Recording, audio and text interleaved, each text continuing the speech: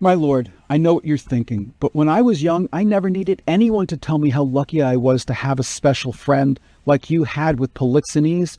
The two of you were inseparable almost from birth, and now he's the king of Bohemia, and you're the king of Sicily. Accusing him of making love to your Queen Hermione was insane. And then, just for fun, you ordered your trusted advisor Camillo to poison him.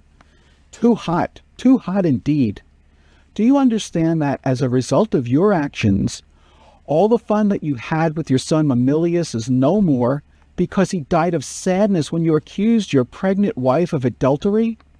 The happy times you enjoyed with your family and friends, I'm afraid those days are gone.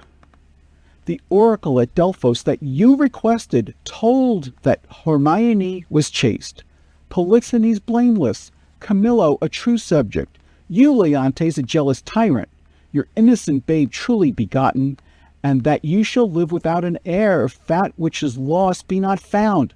Now will you admit that you were wrong? I don't know if you like the thought of living alone, but when I think of all the friends I've known, I'd feel terrible if every time I turned to them for help I'd find nobody's home. I'm sure you don't want to live like that for the rest of your life either. I know it's hard to be sure that this can get better, especially if sometimes you feel so insecure. But trust me, Leontes, listening to Paulina's advice, even when love seems so distant and obscure, doing penance by mourning for your wife and searching for that child which you left in the wilderness remains the cure. Do this, I tell thee, and keep saying to yourself, I don't want to be all by myself anymore.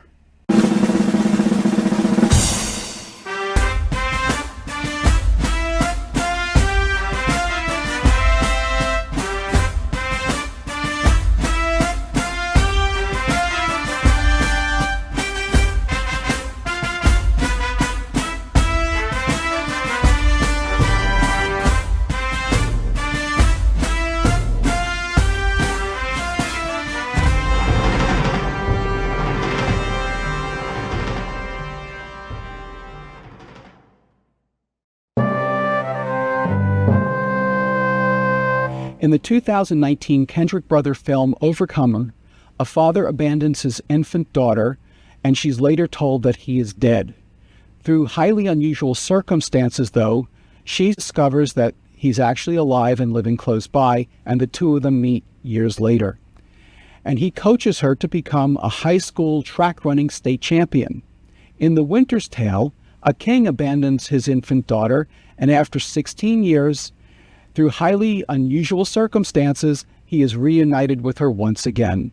As you can see, this story is timeless, so let's take a look at the plot. The play begins with Polixenes, the king of Bohemia, who has been visiting his lifelong friend Leontes, who is the king of Sicilia. After enjoying 9 months of catching up with his old friend, Polixenes longs to return to his own kingdom to tend to the affairs of Bohemia and see his son. Since Leontes cannot persuade Polixenes to stay longer, he asks his wife, Queen Hermione, to try to convince him. Hermione agrees, and after much persuasion, she is successful. Leontes is surprised that Hermione could convince Polixenes when he could not, and starts to suspect that his pregnant wife has been having an affair with Polixenes. Leontes orders Camillo, his Sicilian lord and advisor, to poison Polixenes, but instead, Camillo warns Polixenes and the two of them flee to Bohemia. Leontes becomes furious over their escape and publicly accuses Hermione of adultery, declaring that the child she is bearing must be Polixenes. Leontes imprisons his wife over the adamant protest of his nobles and sends 2 of his lords to the oracle at Delphos to prove that he was right about the affair. Meanwhile, the queen gives birth to a girl while in prison, and her loyal friend Paulina takes the baby to the king, thinking that the sight of the child will soften his heart. But Leontes grows angrier, ordering Paulina's husband, Lord Antigonus, to take the child and abandon it in a desolate place. When the 2 lords return from Delphos with the word of the oracle, Hermione is put on trial and asserts her innocence. the oracle states unconditionally that Hermione and Polixenes are innocent, that Camillo is an honest man, and that Leontes is a jealous tyrant who will have no heir until that which is lost is found. Leontes refuses to believe the oracle, but soon learns that his son Mamilius is dead after hearing the king's accusations against the boy's mother. At this, Hermione faints dead away and is taken off stage by Paulina, who later tells the king that she is dead, at which her now heartbroken and repentant husband, Leontes, vows to spend the rest of his life atoning for the loss of his son Mamilius, his abandoned daughter, and his wife. Meanwhile, Antigonus abandons the infant on the seacoast of Bohemia, saying that Queen Hermione appeared to him in a dream and told him to name the girl Perdita. He leaves the babe and a fardel, which is a bundle, containing gold and other trinkets, which suggests that the infant is of noble blood. A violent storm suddenly appears, wrecking the ship on which Antigonus arrived. As he is taking pity on the child, he is chased away in one of Shakespeare's most famous stage directions, Exit Pursued by a Bear. Perdita is rescued by an old shepherd and his son, known as Clown. At the beginning of Act 4, the personage of Time appears as a chorus, saying that 16 years have now passed. Camillo, who is in Bohemia working for Polixenes, begs the king to allow him to return to Sicilia, but Polixenes refuses and reports to Camillo that his son, Prince Florizel, has fallen in love with a lowly shepherd girl named Perdita. The two men disguise themselves and attend the sheep-shearing feast to observe Florizel and Perdita. At the feast, hosted by the old shepherd, who has prospered thanks to the gold in the fardel, the peddler Autolycus picks the clown's pocket, entertains the guests with bawdy songs, and sells them trinkets. Polixenes and Camillo, still disguised, watches Florizel, pretending to be a shepherd named Doricles, and Perdita are betrothed. Polixenes rips off his disguise and stops them, threatening the old man and his daughter with torture and death, and ordering Florizel never to see Perdita again. Camillo, still longing to return to Sicilia, schemes to send Florizel and Perdita there so that Polixenes will take him with him when he pursues them. The lovers board a ship for Sicilia, along with the two shepherds and Autolycus. Meanwhile, in Sicilia, Leontes is still mourning. The lords plead with him to end his time of repentance because the kingdom needs an heir. Paulina, however, convinces the king to remain unmarried forever, since no woman can match the greatness of his lost Hermione. Prince Florizel and Perdita arrive in Sicilia, pretending to be married, and are welcomed by a joyful Leontes. The prince pretends to be on a diplomatic mission from his father, but his plans are foiled when Polixenes and Camillo too unexpectedly arrive in Sicilia. The kings meet and reconcile, and the old shepherd tells the Sicilian court about how he found and raised Perdita, the shipwreck, and how Antigonus met his end. Leontes is overjoyed about being reunited with his daughter and begs Polixenes to forgive him. The old shepherd and the young shepherd are rewarded and made gentlemen by the kings. Leontes, Polixenes, Camillo, Florizel, Perdita, and the lords all go to Paulina's house, where a recently finished statue of Hermione is revealed. The sight of his wife's image shocks Leontes because she looks exactly as she would now were she still alive. But then, to everyone's amazement, the statue begins to move and speak. It turns out that it's not a statue at all, but Hermione, who has been living in seclusion with Paulina for the last 16 years, waiting for her daughter to be found. As the play ends, Perdita and Florizel become engaged, the whole company celebrates the miracle, and the king rewards Paulina by giving her the good Camillo to be her husband. When we return, we'll look at some of the remarkable characters in The Winter's Tale.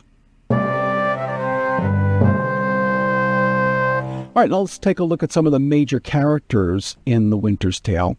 We'll start with the kings.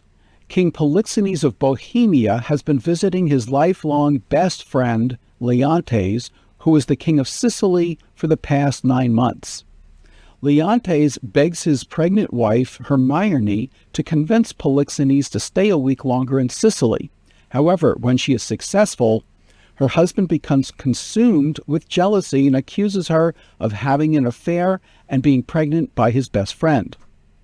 Camillo is Leontes' trusted advisor, who the king orders to poison Polixenes, but instead of doing so, alerts Polixenes of the plot, and the two of them escape to Bohemia. Mamillius is Leontes and Hermione's young son, who dies of sadness due to his father's slanderous actions against his mother. Paulina is a noblewoman and the wife of Antigonus. She courageously stands up and defends Hermione against Leontes, and Antigonus is ordered to take Hermione's newborn baby girl and leave it to die in the wilderness. Oh, by the way, he gets eaten by a bear for his troubles. And an old shepherd and his son Clown find Hermione's baby girl named Perdita and raise her as their own. When she is 16, Perdita meets and falls in love with Florizel, the son of Polixenes, but they are forbidden to marry by his father, the king. Coming up, we'll look at some of the plot devices and memorable scenes from The Winter's Tale. One of the reasons why The Winter's Tale is so popular is because it uses so many classic plot devices. Once again, we see the dead trick. This is when one character mistakenly believes that another character is dead, when in fact he or she is alive. In this case, Paulina keeps Hermione out of sight for 16 years to give Leontes time to mourn his queen and for his heir to be found. By the way, when it comes to memorable scenes, you'll be hard-pressed to find one more memorable than Act 5, Scene 3, when Hermione's statue comes to life. Of course, another great plot device is the tried and true shipwreck. This takes place offstage and is described to the audience by Clown, as he simultaneously tells his father about it and also that Antigonus has just been eaten by a bear. Another memorable scene takes place in Act 3, Scene 2, where we have the fearless Hermione trotted out to go on trial. Here's how she responds after Leontes tells her that she must die. "Sir, spare your threats. The bug which you would fright me with I seek. To me can life be no commodity? The crown and comfort of my life, your favor, I do give lost, for I do feel it gone, but know not how it went. My second joy and the first fruits of my body, from his presence I am barred like one infectious. My third comfort starred, most unluckily, is from my breast the innocent milk in its most innocent mouth haled out to murder. Myself on every post proclaimed a strumpet, with immodest hatred by the childbed privilege denied, which belongs to women of all fashion. Lastly, hurried here to this place in the open air before I have got strength of limit. Now, my liege, tell me what blessing I have here alive, that I should fear to die. Therefore proceed. But yet hear this, mistake me not. No life, I prize it not a straw, but for mine honor, which I would free, if I shall be condemned upon surmises, all proofs sleeping else, but what your jealousies awake, I tell you 'tis rigor and not law. You honors all, I do refer me to the oracle. Apollo, be my judge. And we'll finish up with one more plot device which follows Hermione's speech, and that is the prophecy. In this case, the oracle at Delphos delivers the news that the king shall live without an heir if that which is lost be not found. This prophecy is pretty foreboding if you think about it, because at the time it's read, the king's son Mamillius is still thought to be alive. When we get back, we'll look at some of the themes that run through this play. It would be difficult to discuss The Winter's Tale without mentioning the theme of jealousy. But unlike in Othello, Leontes doesn't need an evil Iago to make him mistrust his wife's fidelity. He does it all on his own. Listen to how he works himself into a frenzy right after he specifically asked his wife to try to get Polixenes to stay a week longer. This is Act 1, Scene 2. Too hot, to mingle friendship far as mingling bloods. I have tremor cordis on me, my heart dances, but not for joy, not joy. This entertainment may a free face put on, derive a liberty from heartiness, from bounty, fertile bosom, and welcome the agent, may I grant, but to be paddling palms and pinching fingers as now they are, and making practised smiles as in a looking-glass, and then to sigh as 'twere the more to the dear. Oh, that is entertainment my bosom likes not, nor my brows, meaning he feels that he's been cuckolded and has horns in his brows. Camillo, as the oracle confirms, is a true subject. He understands that his role is to perform the duty of the king. However, he doesn't just go along following blindly, just taking orders. Once the king orders him to poison Polixenes and wrong his virtuous queen, he breaks with his duty to the king and remains loyal to what is right. In this case, he warns Polixenes about the plot against his life, and the two leave together for Bohemia. Although both Camillo and Paulina are both very honorable characters in this play, there is a vast difference between the two, and that comes down to fearlessness. While Camillo does the right thing by informing Polixenes about Leontes' jealousy and the plot on his life, he will not stand up and confront his king, but instead flees the country, leaving the queen to fend for herself. However, Paulina, even more so than Hermione, is indeed Shakespeare's most fearless creation. She is absolutely loyal to the queen, and she's not afraid to stand up to anyone, be it her husband, the Sicilian court, or especially King Leontes himself. She barges into the king's chamber at night to let him know that the queen has delivered him an infant daughter. And despite Leontes' tirade and threats on her life, she doesn't back down 1 inch from him. He says, "I'll have thee burned." She says, "I care not. It is an heretic that makes the fire, not she which burns in it. I'll not call you tyrant, but this most cruel usage of your queen, not able to produce more accusation than your own weak-hinged fancy, something savours of tyranny, and will ignoble make you, yea, scandalous to the world." This woman is totally fearless. She will withstand the wrath of the king, not only opposing his actions, but aggressively taunting him and rebuking him for his actions, like Emilia does to Othello when she confronts him after Desdemona's death. This is a step far beyond courage, demonstrating total disregard for her consequences, but they're not reckless actions. They are driven on because she knows Hermione is innocent and Leontes needs to recognize that he's wronged her. And then we'll hear from her a little while later in Act 3, Scene 2, delivering her most scathing speech and calling out Leontes for his tyrannical acts of jealousy, telling him that Hermione, his queen, is dead. "What studied torments, tyrant, hast for me? What wheels, racks, fires, what flaying, boiling, in leads or oils?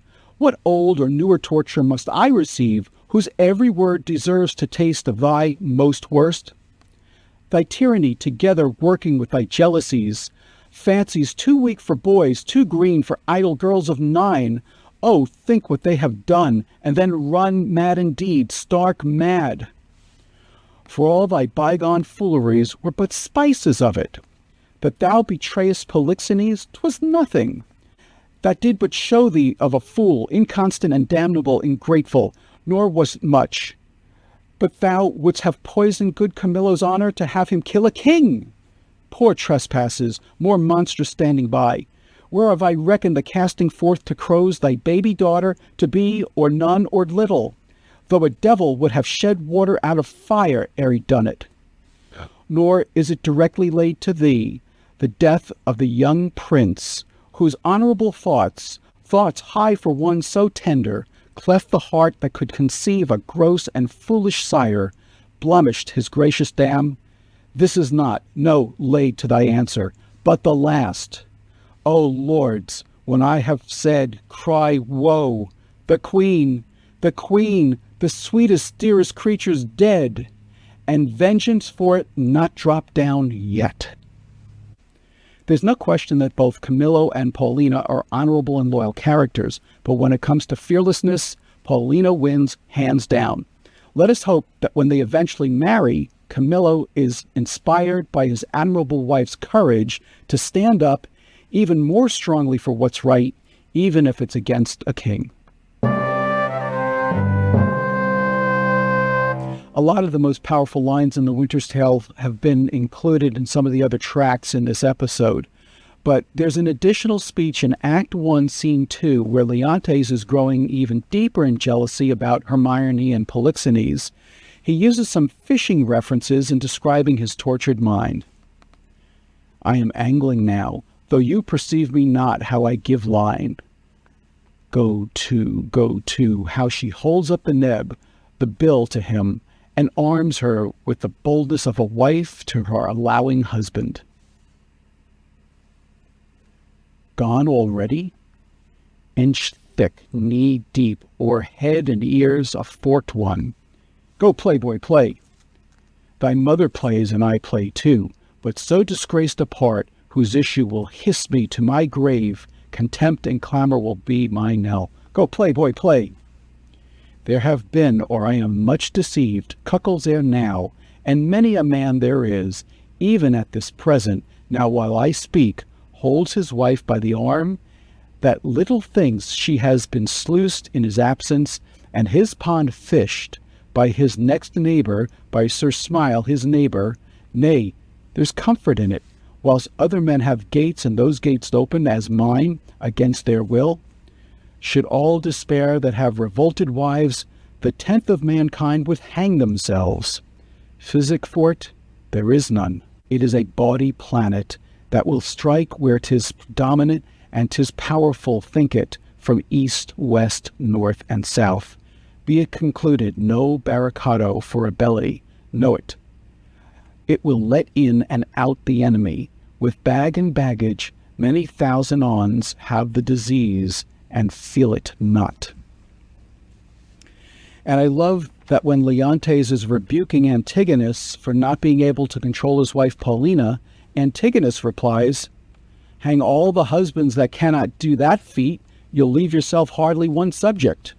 It reminds me of Pompey Bum's reply to Lord Aeschylus when he's told that fornication will be punishable by beheadings and hangings in measure for measure.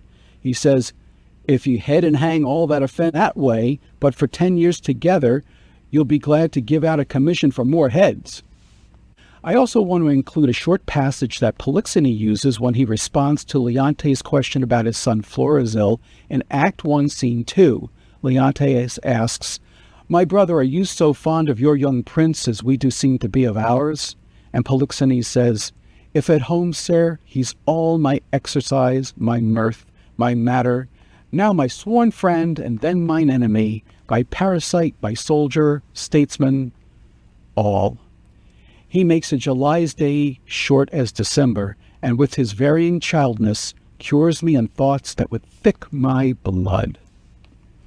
It's a very touching response that we don't normally see in many other Shakespeare plays. In fact, it's almost in direct opposition to how Henry IV spoke about his son Hal before he matured into Henry V.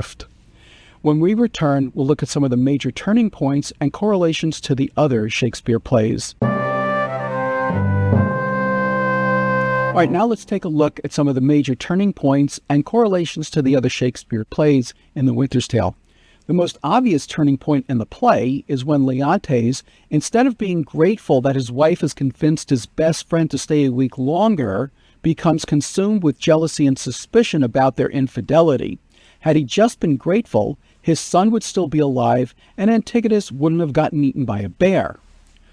While we've seen jealousy in other Shakespeare plays and other characters like Othello in Othello, Posthumus in Cymbeline, and Claudio in Much Ado About Nothing, those characters all had villains maliciously working against them to spur on their jealousy, whereas Leontes just invents the entire infidelity in his mind. Even Master Ford in The Merry Wives of Windsor had Corporal Nin initially plant the idea of jealousy in his mind. Hermione's trial scene, where the oracle is read the prince dies and Hermione is thought to be dead is not only a major turning point because that's when Leontes realized that he's been wrong, it's also a very similar scene to Catherine of Aragon's trial scene in Henry VIII. Once again, we see a disapproving father in Polixenes who doesn't want his son to marry a low-born shepherdess. We've seen this theme again in Othello, Cymbeline, The Merry Wives of Windsor, A Midsummer Night's Dream, The Merchant of Venice, Troilus and Cressida, Timon of Athens, and Two Gentlemen of Verona. Luckily for Florizel, Perdita turned out to be the daughter of a king. Leontes mourning the loss of his wife is similar to Aegeon in A Comedy of Errors and Pericles in Pericles, Prince of Tyre. Also, Leontes cannot sleep after contemplating his actions, like Macbeth, Henry IV, and Richard III.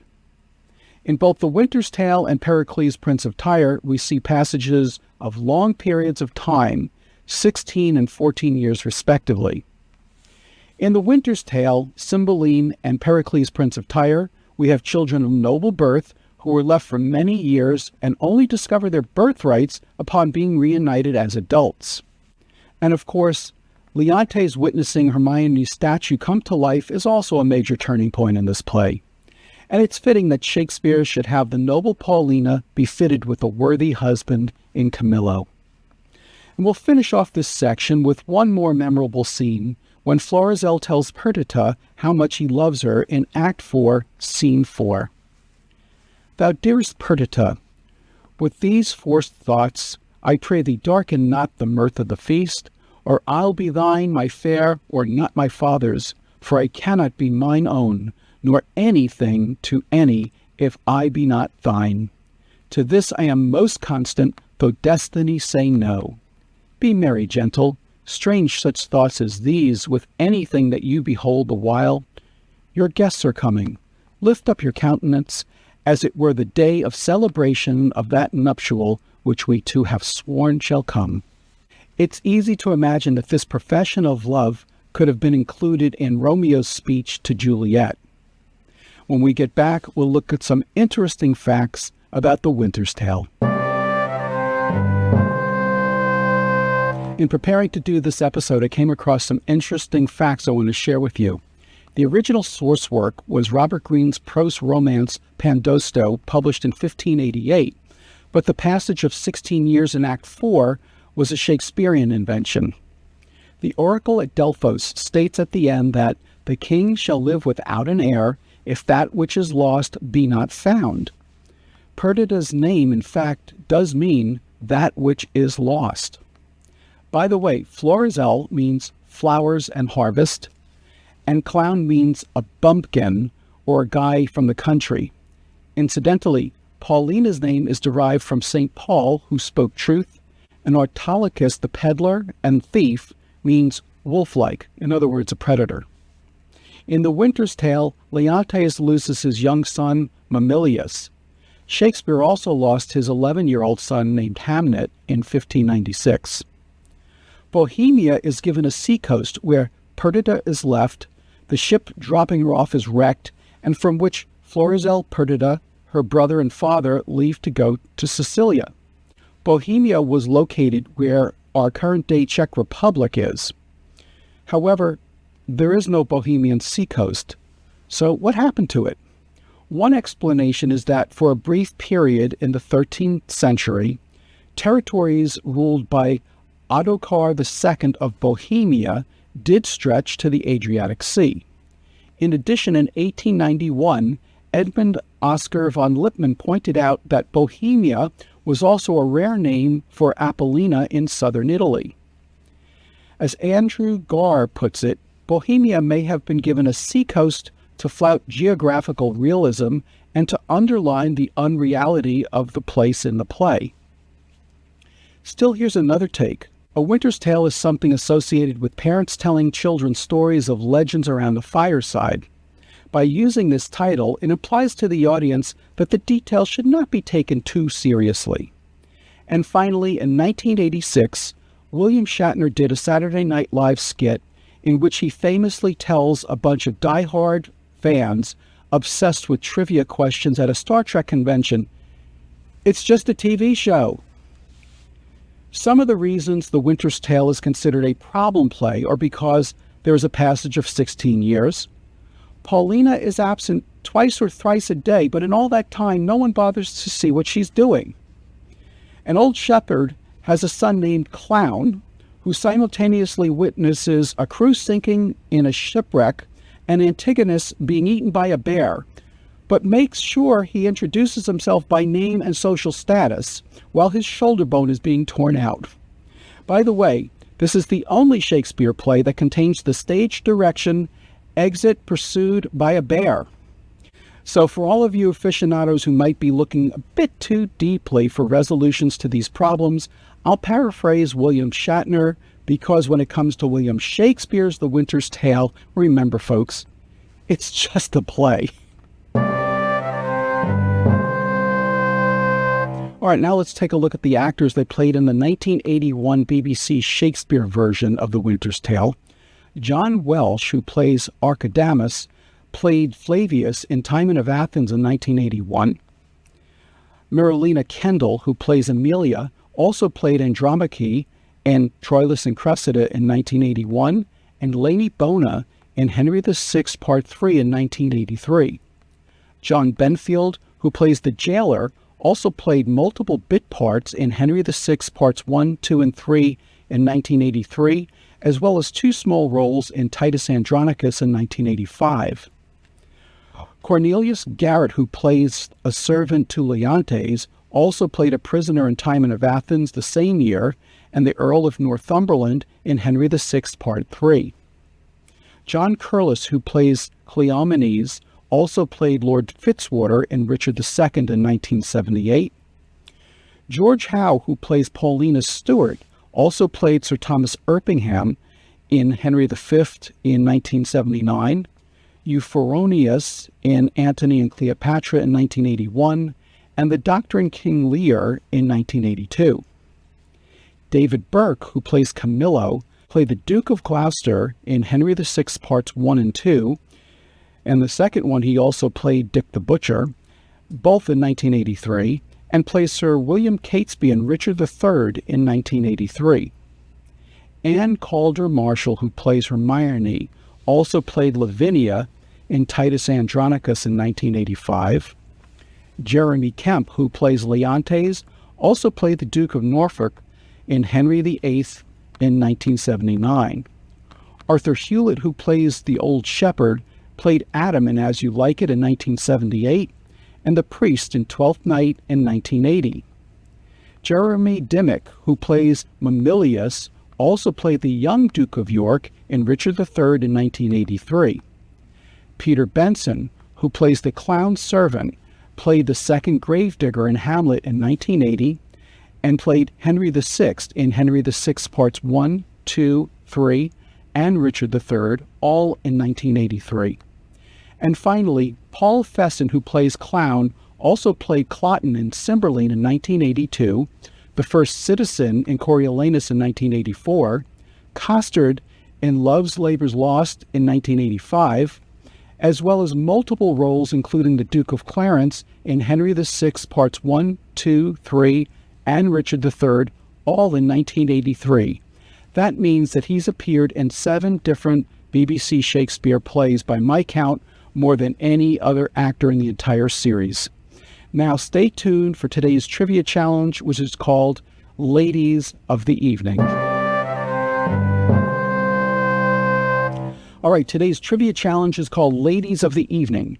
Name the plays in which these madams or prostitutes appear or are mentioned. Number 1, Timandra and Phrynia. Number 2, Mistress Overdone and Kate Keepdown. And number 3, Doll Tearsheet. When we return, I'll have the answers for you, along with some relevant lessons from The Winter's Tale. Okay, now let's see how you did in today's trivia challenge called Ladies of the Evening. You were to name the plays in which these madams or prostitutes either appear or are mentioned. Number 1 was Timandra and Phrynia. That was Timon of Athens. Number 2 was Mistress Overdone and Kate Keepdown. That was Measure for Measure. And number 3, Dal Tearsheet. That was from Henry IV, Part 2. Now, let's take a look at some relevant lessons from The Winter's Tale. First, avoid jealousy and jumping to conclusions without any real proof. I challenge you to trust people to the degree in which they continuously re-earn your trust. Second, remember that integrity is not conditional. Camillo stayed with Leontes until his actions became bloody and insane. He then turned to Polixenes and followed him loyally until his actions became terribly unfair to his son.